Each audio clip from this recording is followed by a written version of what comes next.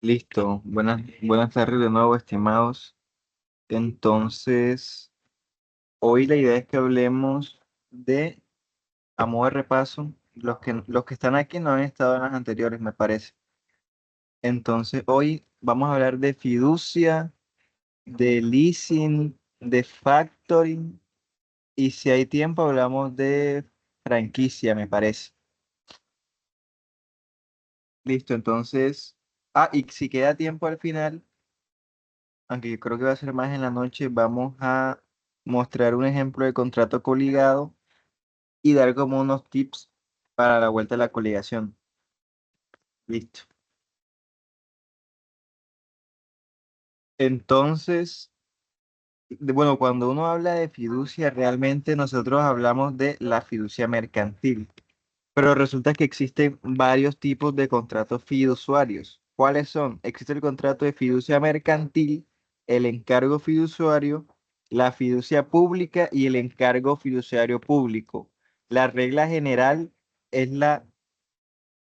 Oigan, bajen la voz. La regla general es la fiducia mercantil, que es la que está regulada en el Código de Comercio. Entonces, si uno aprende la regla, la fiducia mercantil, va a ser, el resto va a ser lo mismo, pero con elementos diferentes. Ya. Entonces, empecemos entonces con la fiducia mercantil. ¿Qué rayos es la fiducia mercantil? La fiducia mercantil nos dice el Código de Comercio en el 1226, que es un contrato por medio del cual una persona que se llama fiduciante o fideicomitente transfiere el dominio de los bienes que tiene dentro de su patrimonio a un fiduciario. Ese fiduciario es una empresa que es autorizada por la superfinanciera para que ejerza la actividad de la fiducia y esos bienes que recibe la fiducia tienen que administrarlos o enajenarlos, es decir, venderlos en una finalidad específica. O sea, todo lo que va a hacer la fiducia siempre tiene que estar en el contrato que realizan las partes, es decir, el fiduciante y la empresa que hace la fiducia. Entonces, ¿cuáles son las partes del contrato? Estrictamente en la fiducia hay dos partes. Está el fiduciante, está el fiduciario y esas son las partes. Y hay un tercero que se llama beneficiario, que el beneficiario es el que va a recibir el beneficio o la producción de esa actividad que va a hacer la fiducia. Pero el beneficiario puede ser el mismo fiduciante. Es decir, básicamente en una fiducia, tú que eres una persona natural, te acercas a una empresa que se dedica a hacer fiducias para hacer una fiducia. Pero ahora bien, resulta que todas las personas naturales tienen ciertos bienes. Imaginemos que el aquí Carlos Kant tiene unas casas y él tiene esas casas, pero él quiere ponerlas a producir. Él entonces va con una fiducia, transfiere el dominio de las casas, es decir, ya las casas no le pertenecen. Y la fiducia, con las casas que le da el viejo Carlos, según lo que se estipula en el contrato, la fiducia entonces entraría a ponerlas a producir, ya sea dándolas en arrendamiento y dándole ese beneficio del arrendamiento al mismo Marcos, perdón, al mismo Carlos, y en ese caso el fideicomitente, es decir, el fiduciante, sería el mismo que el beneficiario. Pero si, por ejemplo, Carlos quiere que la fiducia le entregue el beneficio de esa producción, de esos bienes, no a él, sino a Giselle, Giselle sería beneficiaria, entonces beneficiario y fiduciante serían personas distintas. Ese es el concepto, vamos con las cosas específicas. Pero antes sí se entendió el concepto de fiducia.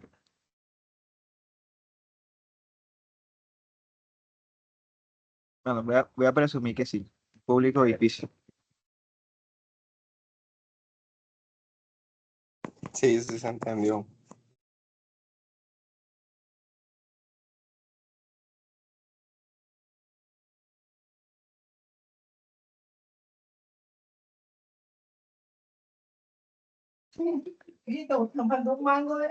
Listo, entonces hay unas características de la fiducia. ¿Cuáles son las características? Lo primero que yo les decía es que la empresa que hace la fiducia es una empresa que la superfinanciera de Colombia le autorizó a realizar fiducias. O sea, no puede existir una persona jurídica que quiera realizar fiducias sin tener un permiso de la super. No puede. ¿Cuál es la segunda característica de las fiducias? De las fiducias mercantiles, que son la regla general, que hay una transferencia de la propiedad. Como son dos partes, un fiduciante y una empresa que hace fiducia o fiducia, sí, fiduciario, la persona fiduciante tiene sí o sí que entregar la propiedad de los bienes al fiduciario. Es decir, ya eso que tú le entregaste a ella para que lo ponga a producir o lo venda, ya no es tuyo, ya no va a ser tuyo.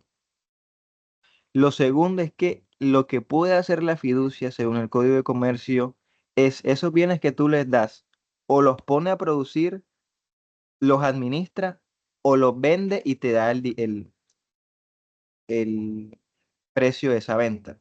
Pero ahora bien, las fiducias cobran algo por eso, ellas cobran unas tarifas, pero además de que cobran unas tarifas, la superfinanciera les pone como unas tablas de lo que pueden cobrar. O sea, es la superfinanciera la que estipula esos precios, la que regula esa vuelta. También es importante que en los contratos de fiducia mercantil hay algo que se llama la finalidad específica. O sea, cuando tú haces una fiducia, en el contrato tiene que decir claramente qué es lo que va a hacer la fiducia. Es decir, si tú le quieres entregar las casas a la fiducia para que las venda, en el contrato tiene que decir, no, le entrego, le transfiero el dominio de estos bienes inmuebles ubicados en tal, tal, con la finalidad de que los venda y le entregue el precio luego de impuesto a la persona tal o a mí mismo. Ya. O sea, tiene que estar clara la finalidad. Ahora bien, ¿cómo hacen toda esta vuelta en las fiducias? Resulta que las fiducias, para hacer su vuelta, su gestión, ellas primero, o sea, tú le das las cosas a ellas, esas cosas ya no son tuyas, perdiste el dominio de ellas.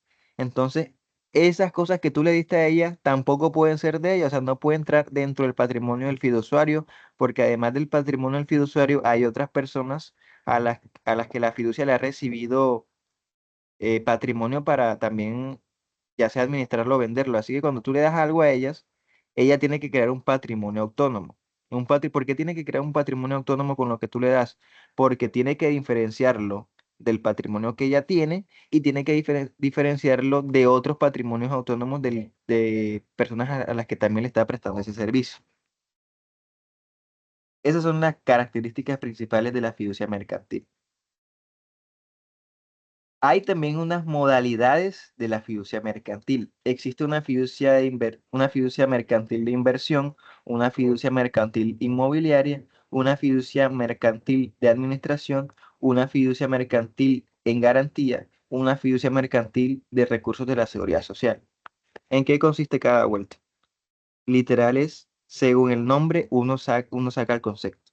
En una fiducia de inversión, lo que pasa es que tú le vas a confiar los bienes que tú tienes a la fiducia para que la fiducia gestione un portafolio, haga un estudio y invierta los bienes que tú les das de la mejor forma y te entregue un beneficio ya sea a ti como fiduciante o a un tercero, es decir, al beneficiario. En la fiducia inmobiliaria, pues como el nombre lo dice, inmobiliaria, es donde va a haber un proyecto de construcción. Entonces las personas que quieren construir algo, digamos que juntan los recursos, la plata, y se la dan al fiduciario para que el fiduciario sea el que administre el desarrollo del proyecto. El profe ponía el ejemplo de que ya un momento.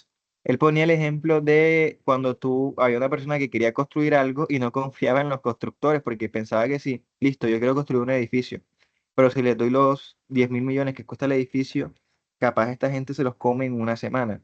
Así que yo mejor el dinero del edificio se lo confío a una fiducia para que ella mensualmente le vaya pagando los gastos del edificio y se vaya construyendo el edificio sin problema. O sea, delega esa función al fiduciario.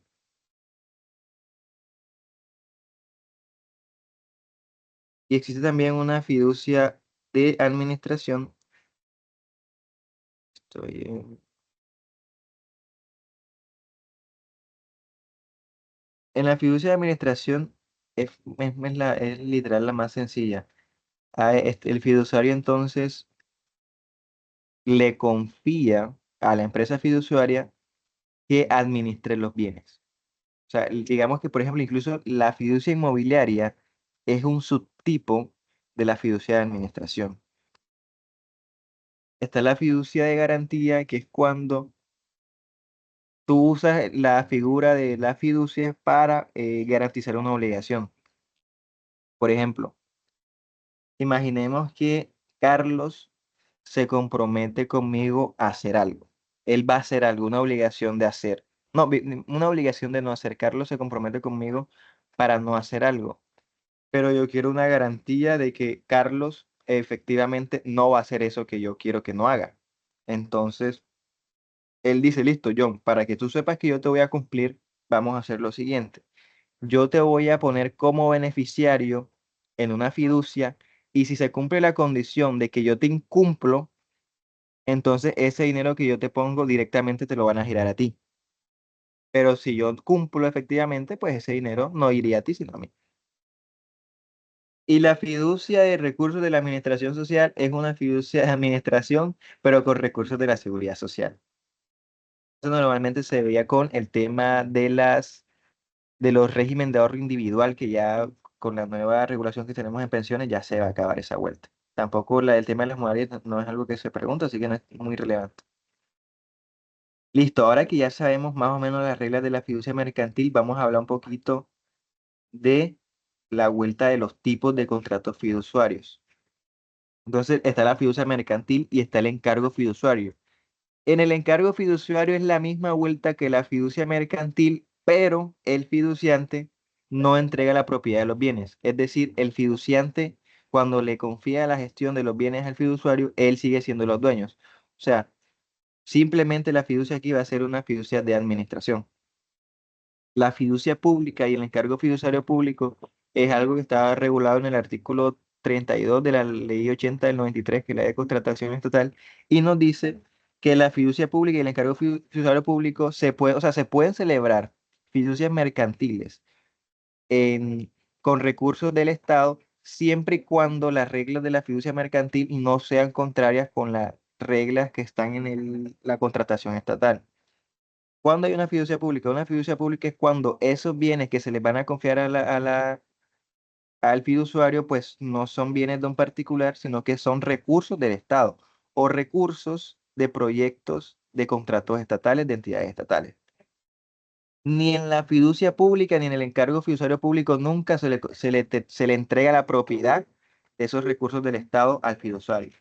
Siempre el Estado o la entidad estatal sigue, continúa siendo, digamos que la dueña de esos recursos.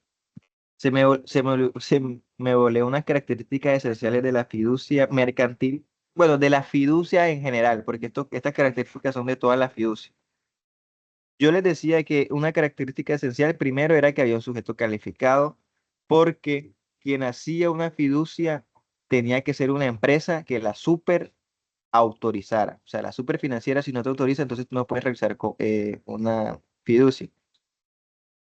Segundo, los contratos fiduciarios son un negocio de confianza. ¿Por qué son un negocio de confianza? Es básico, o sea, hay una parte, una persona natural que le está confiando a la fiduciaria sus bienes porque se le está entregando el dominio de ellos. Porque una vez que le entregas el dominio de tus bienes ya no son tuyos. Entonces, por tanto, la fiduciaria, como le están confiando tantísimo, ella va a cumplir, perdón, ella va a responder hasta por culpa leve. O sea, la fiduciaria va a responder siempre por cualquier dolo, por culpa. Ah, claro. Un segundo que está pasando el propio vale de los aguacates.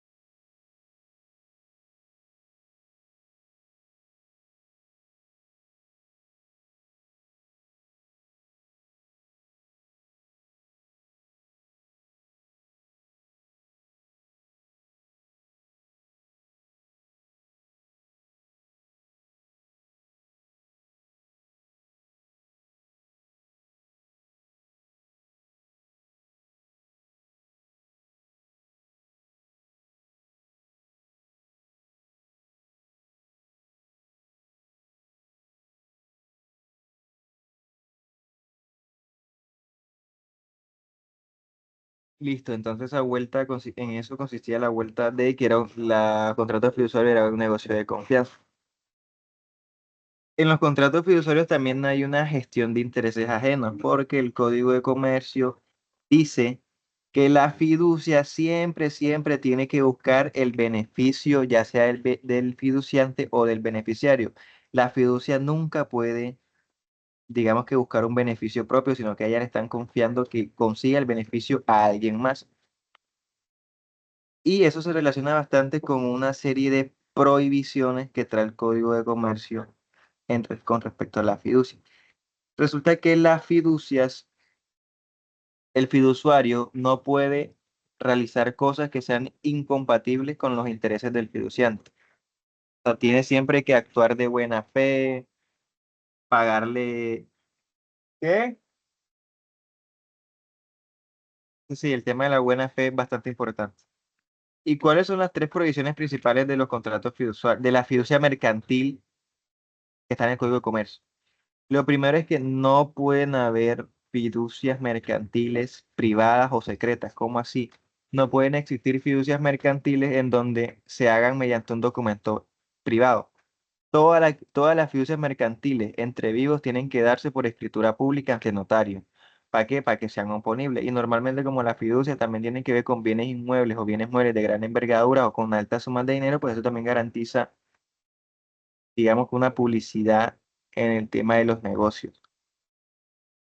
Y también hay una prohibición que está en el 1230 del Código de Comercio y es el tema de que las fiducias no pueden otorgar beneficios a varias personas. Resulta que antes había una prohibición de que no podían haber fiducias de más de 20 años, pero eso ya, no, ya eso es inexequible. Pero la prohibición que sigue es que no puede, por ejemplo, existir una fiducia en donde el beneficiario sea yo, luego mi hijo, luego mi hijo, luego mi hijo, luego mi hijo, así, porque eso perjudicaría el mercado también. Y la idea es que las fiducias no sean negocios eternos, sino transitorios. Las fiducias tampoco, también esto está prohibido, no pueden usarse para perjudicar a acreedores. Volviendo al ejemplo de Carlos, si Carlos quiere hacer una fiducia, él al NAS lo prohíbe, pero si él desde hace 5 años debe 100 millones de pesos, vamos a poner 1.000 millones de pesos debe Carlos, y él tiene unas casas, tiene 10 casas, que el banco pues le podía iniciar un proceso ejecutivo, revenderle los bienes que él tuviera y se paga. Pero Carlos, sabiendo esto, ¿qué hace? Listo, yo debo esta cosa, me van a iniciar un proceso ejecutivo, voy a hacer una fiducia para que los bienes ya no sean míos y los administre un fiduciario y el fiduciario, o sea, no puedan rastrear mis bienes, eso no se puede hacer. Si tú vas a hacer una fiducia y tú tienes deudas anteriores al negocio fiduciario, el acreedor, o sea, la persona a la que tú le debes, se puede oponer a la constitución de esa fiducia, hacer que se caiga, echarla para atrás, que vuelvan a hacer los bienes de Carlos, hacer un proceso ejecutivo, venderlos, pagarse y listo. Se joderían ahí. También hay, bueno, como en todo contrato, hay unos derechos y obligaciones. El fiduciante, que es la persona a la que le entrega. ¿Qué pasó? El fiduciante, que es el que entrega los bienes en fiducia, tiene derecho siempre, a menos que se pacte lo contrario, a que cuando se acabe la fiducia le devuelvan los bienes. También tiene derecho el fiduciante, o sea, el que entrega los bienes, a revocar al fiduciario. O sea, si el fiduciario incurre en dolo, en culpa, en negligencia, si hace la gestión mal, el fiduciante puede revocarlo. El fiduciante también tiene derecho a que el fiduciario le rinda cuentas cada 6 meses de cómo avanza la gestión. Y el fiduciante también tiene derecho a ejercer acciones de responsabilidad. ¿Cómo hacía acciones de responsabilidad? Hombre, si la fiduciaria, con los bienes que yo le di en fiducia, empezó a perjudicarme, de pronto los dañó, los vendió a un precio muy bajo, yo la puedo demandar a ella por responsabilidad ya sea civil contractual o extracontractual.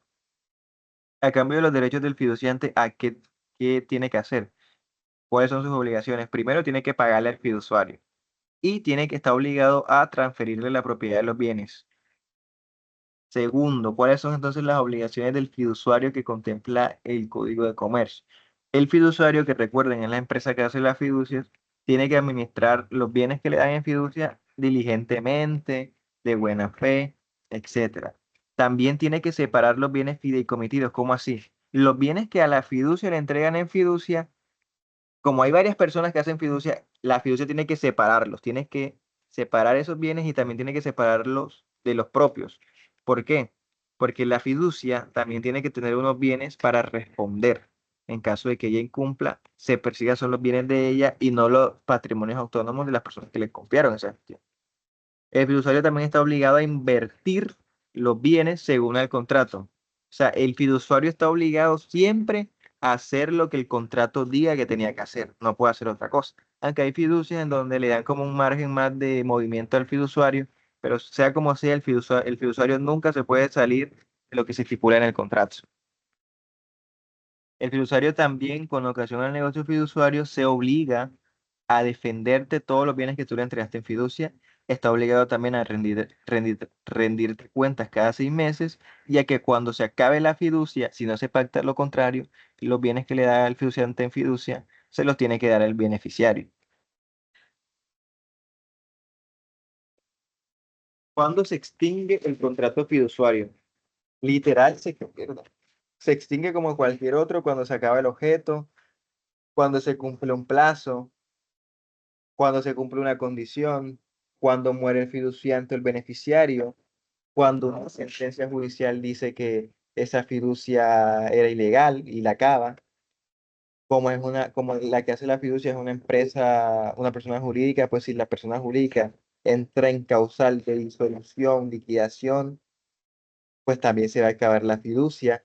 Si el fiduciante revoca al fiduciario, pues también se acaba la fiducia, etcétera. Pero también existen otras figuras que acaban la fiducia y son las siguientes. Existe la renuncia y la remoción. La renuncia es para el fiduciario, o sea, la que hace la fiducia. ¿Cuándo el fiduciario, es decir, la empresa, cuándo puede renunciar? Primero, cuando no le han pagado. Y segundo, bueno, son tres. Primero, cuando no le han pagado. Segundo, cuando los bienes que le dieron en fiducia no están produciendo lo suficiente para entregarle algo al tercero o al fiduciante. O cuando el beneficiario no le quiere recibir lo que están produciendo los bienes. Ahí el fiduciario puede renunciar con previo concepto favorable de un inspector de la super.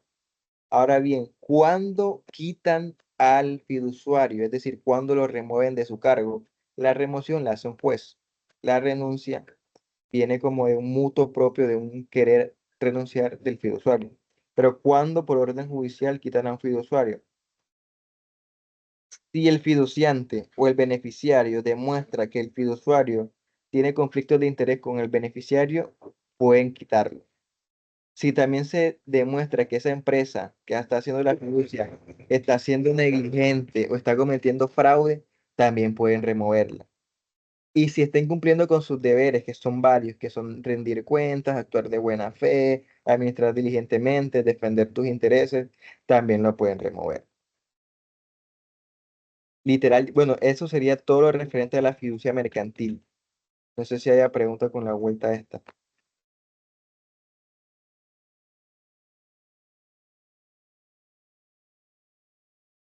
Público difícil.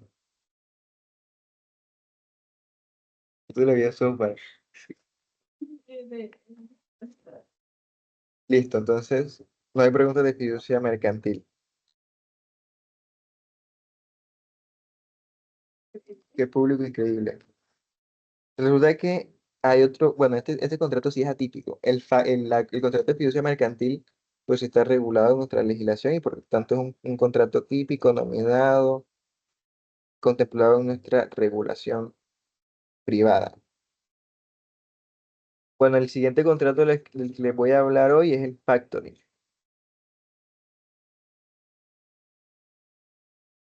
Un segundo.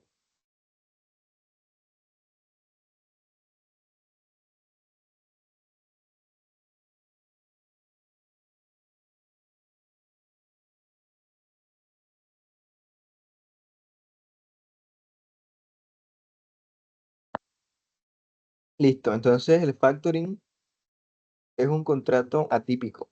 O sea, es decir, no tenemos una norma que lo regule, sino que es una figura que viene a nosotros por la globalización, básicamente. ¿Cuál es el concepto de factoring?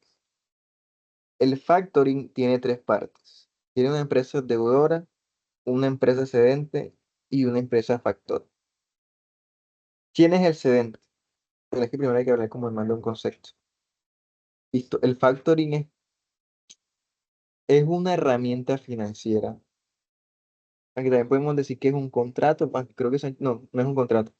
Es un instrumento financiero que en última es como si fuera un contrato porque se deja por escrito, se dice lo que todo el contrato, se pone el precio, se ponen las partes, se pone la duración, se ponen las comisiones, se pone literal todo por escrito. Entonces técnicamente, pese a que el concepto es un instrumento financiero, en la práctica es como si fuera un contrato, por el cual hay una empresa que ejerce una actividad mercantil. Y por la naturaleza de esa actividad, esa empresa necesita dinero de manera inmediata. Entonces, esa empresa vende las facturas que tiene pendiente de cobrar a otra empresa especializada, que es la empresa de factoring. Y esa empresa de factoring te va a pagar esas facturas que a ti te deben y luego le cobra a la empresa que te debía a ti, a la cedente. Ya, eso es factoring, literal, en palabras más y palabras menos. Entonces, el protagonista del factoring es una empresa cedente. Esa cedente le deben dinero, que le van a pagar normalmente en 90 días, pero necesita el dinero ya. Entonces, como le van a pagar en 90 días y necesita el dinero ya, va con una empresa factor. Esa factor le entrega al cedente el dinero de la factura y le resta una comisión por esa actividad. Y cuando pasen los 90 días, la empresa factor cobra directamente a la empresa deudora. Ese es el concepto de factoring, literal, eso es todo. Entonces, a modo de recapitulación, hay un cedente, hay un factor y hay un deudor. El cedente es el que vende las facturas que tiene por cobrar. El factor es la empresa, perdón, se me olvidó algo fundamental. Las empresas factores, o sea, las personas jurídicas que se dediquen al factoring, también tienen que tener una autorización por la superfinanciera, al igual que en las fiducias. Y el factor es la empresa entonces que te va a comprar esas facturas y luego va a cobrarle a la empresa deudora. Y la empresa deudora pues es una empresa que originalmente le debe a esa empresa cedente. ¿Cuáles son los elementos mínimos del factoring? O sea, ¿cómo es elementos mínimos?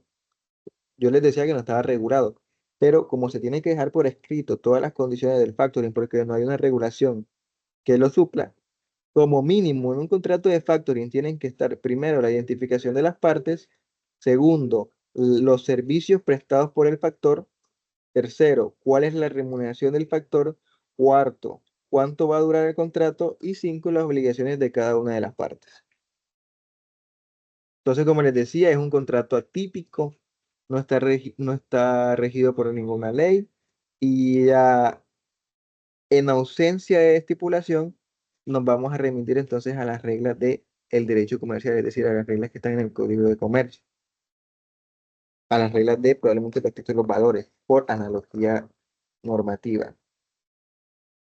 Eso sería factoring.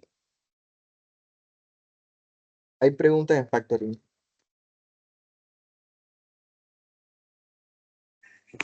No, creo que no. Bueno, y la empresa factor, pues me imagino que se queda con un beneficio, ¿no?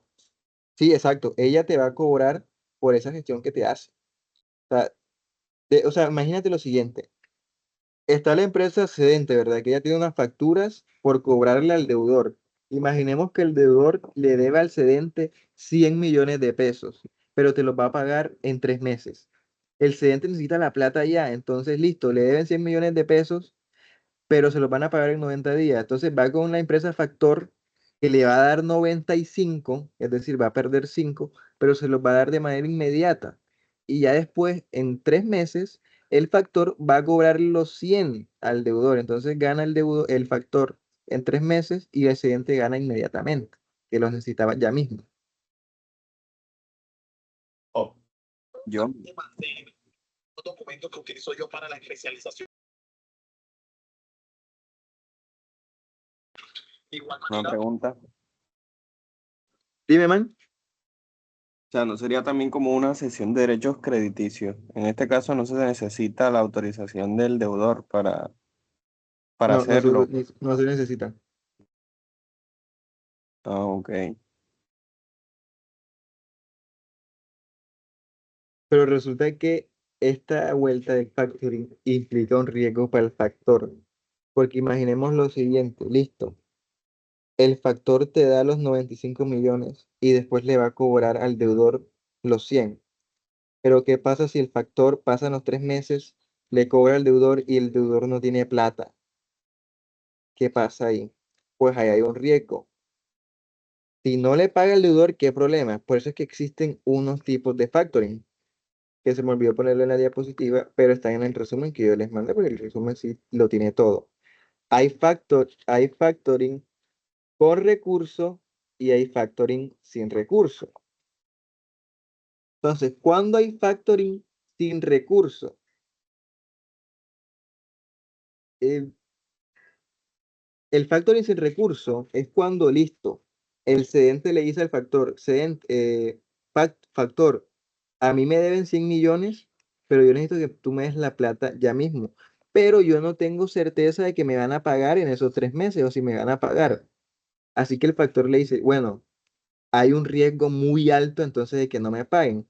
Como hay un riesgo muy alto, no me sirve darte 95 millones y asumir el riesgo de que no me paguen, así que te voy a dar 70 y asumo el riesgo de que el deudor no me pague. Ya. Y si no me paga, pues le inicio un proceso y veo cómo me paga. Ese es sin recursos. Pero también hay un factoring con recursos que es que, listo, si el cedente, imaginemos que el cedente va con el factor, le deben 100 millones y le dice el factor, dame 95 y tú después le cobras los 100 al deudor. Pero si asumo el riesgo. Entonces, si el factor pasa en los 3 meses y le cobra al deudor los 100 y el deudor dice no tengo plata, el factor se devuelve con el cedente y se los cobra el cedente. Le dice, listo, devuélveme lo que te di. Ya, esos son los dos tipos de factoring. Están en el resumen, mejor explicados que acá. Ahora sí, eso sería factoring. Ahora sí.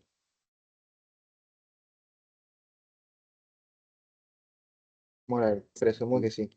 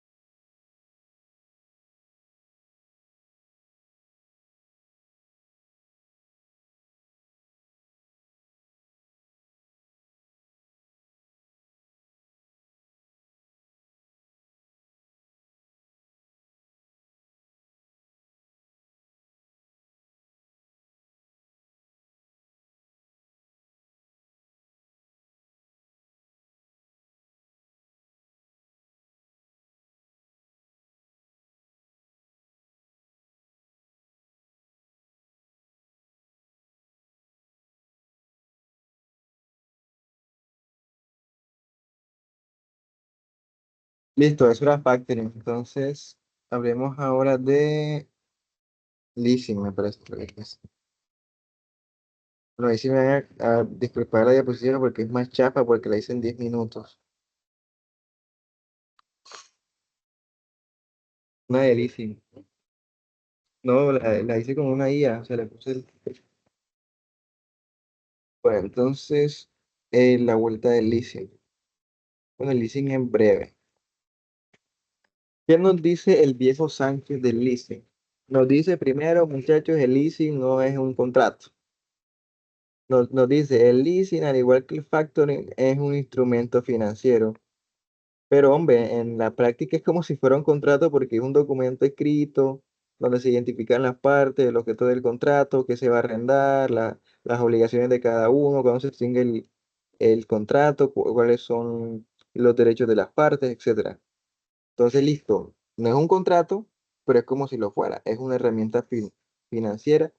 Tiene un origen en el derecho angloamericano, anglosajón, y en Colombia funciona como si fuera un arrendamiento especializado.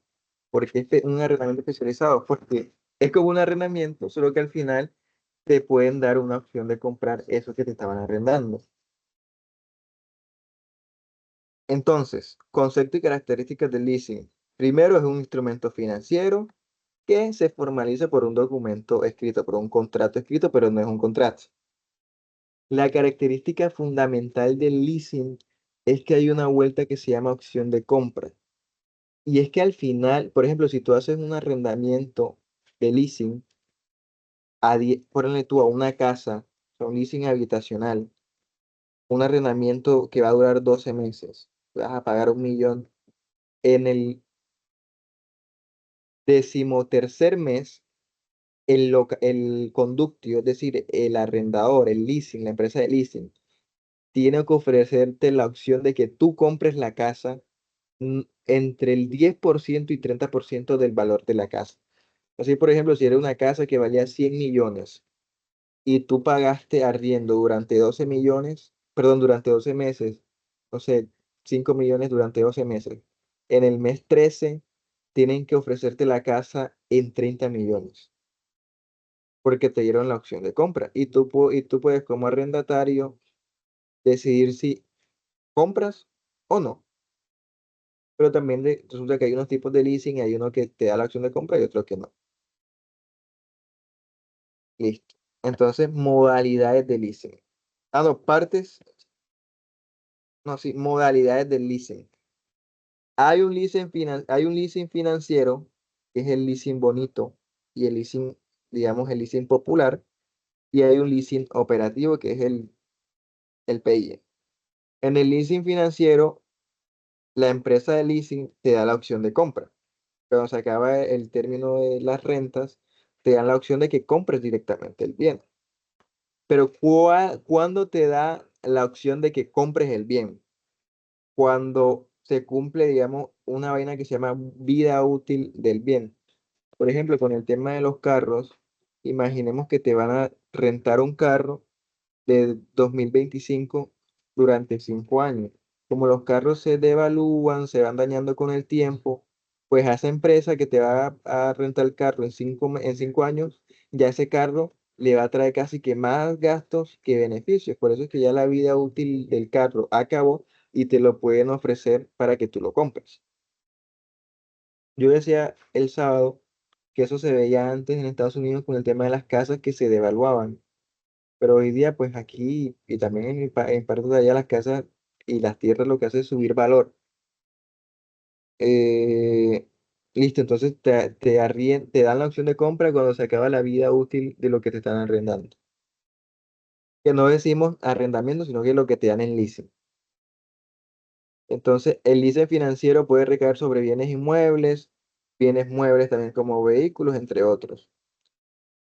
Aquí hay una distinción que me hizo el profe. Yo decía que el leasing le hacía un establecimiento bancario, pero él me dijo, no, no lo hacen establecimientos bancarios, sino que lo hacen entidades de leasing. Que puede que esas entidades de leasing pertenezcan a un banco o puede que no. Por ejemplo, no podemos decir que las partes de un contrato de leasing soy yo y Bancolombia. No, tenemos que decir Bancolombia Leasing, porque es una entidad especializada en leasing la que te entrega el leasing.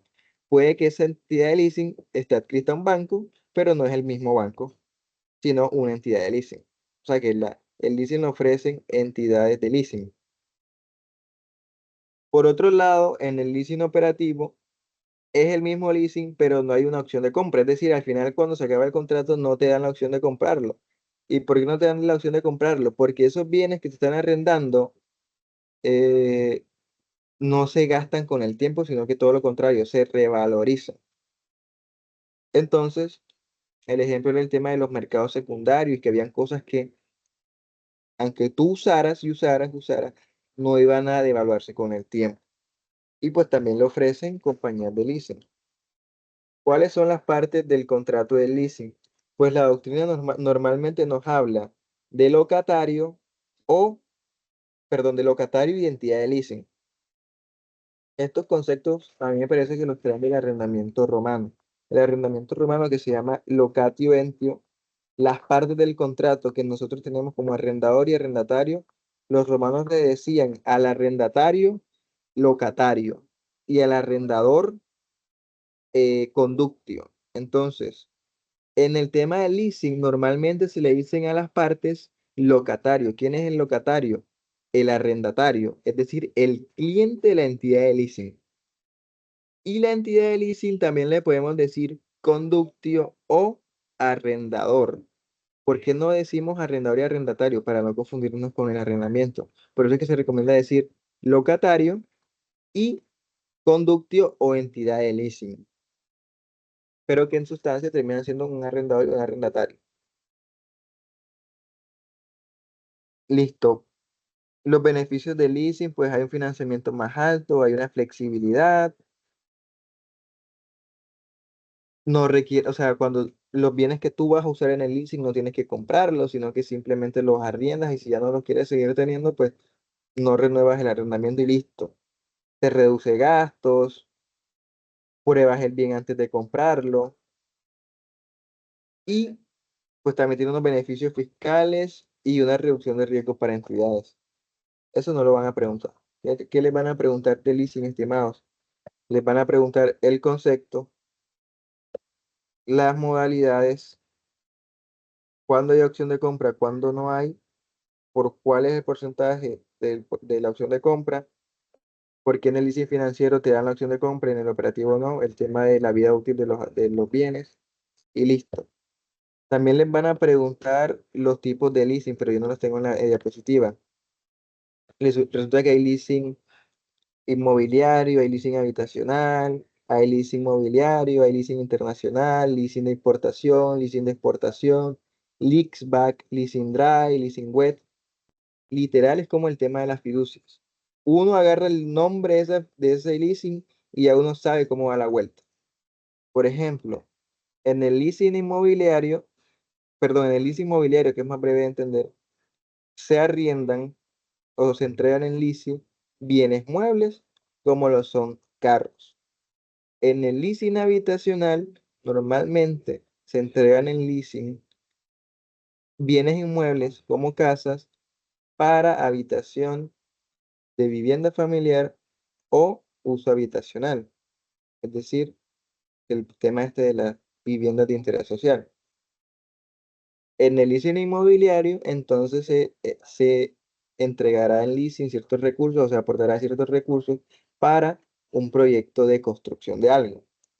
En el leasing de importación será entonces que tú vas a sacar algo para arrendarlo. Y en el leasing de exportación será que tú vas a pedir algo del extranjero para que te lo arrienden. O en palabras más sencillas, el leasing, sí, eso sería. ¿Y cuál es el leasing internacional? Cuando una de las partes es un extranjero. Bueno, hay algo que se llama leasing dry y leasing wet. El leasing seco o dry es cuando la entidad de leasing, digamos que te hace unos mantenimientos a lo que te está arrendando y el otro es cuando no lo hace. Hay una figura, literal, la única figura que uno no puede saber, digamos, la vuelta con el concepto es algo que se llama leaseback. Leaseback es lo único diferente con los otros. Es así. Cuando hay un leaseback, resulta que hay un leaseback cuando yo soy una persona natural y yo tengo, por ejemplo, unos bienes. Esos bienes yo se los vendo a un banco para que el banco después me los arriende y después de que me los arriende, me los venda. Eso es un leaseback. Puede sonar de pronto, "Eche, ¿yo por qué voy a vender algo para que después me los arrienden para después comprarlo?" Sánchez ponía el ejemplo en hace años del tema de una persona que organiza eventos y va a organizar un evento y no tiene dinero para organizar el evento. Lo único que tiene son sillas. Tiene, ponle tú, una persona que va a organizar un evento, tiene 1000 sillas y no tiene más nada. ¿Qué hace? Va a un banco, vende las sillas. Como aún así necesita las sillas para su actividad, pide que se las arrienden. Entonces, una vez le arriendan las sillas y tiene dinero para hacer el resto de la decoración del evento, hace eventos, va pagando la renta y al final vuelve a comprar sus sillas y digamos que hizo el super negocio porque le sirvió esa herramienta financiera. Bueno, sí, es un leasing raro porque primero vendes para que te arrienden y después de que te arriendan, tú vuelves a comprar. Ese es el leasing, el leaseback. Ya lo dije al inicio. Listo, eso sería leasing. No sé si tengan preguntas con leasing. Igual todo eso está en el resumen que ahora les voy a reenviar de nuevo para que lo vayan repasando. El tema de la vuelta de los contratos coligados, mejor lo hacemos ahorita a las 9, de cómo se coliga un contrato y les mando la coligación que hice yo. Entonces no sé si hay preguntas de fiducia, factoring y leasing. Un público difícil.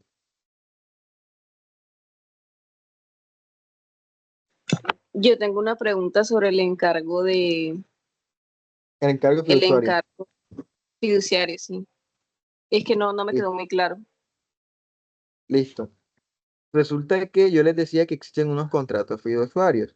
Existe la fiducia mercantil, que es la regla general, y existe el encargo fiduciario y la fiducia pública y el encargo fiduciario público.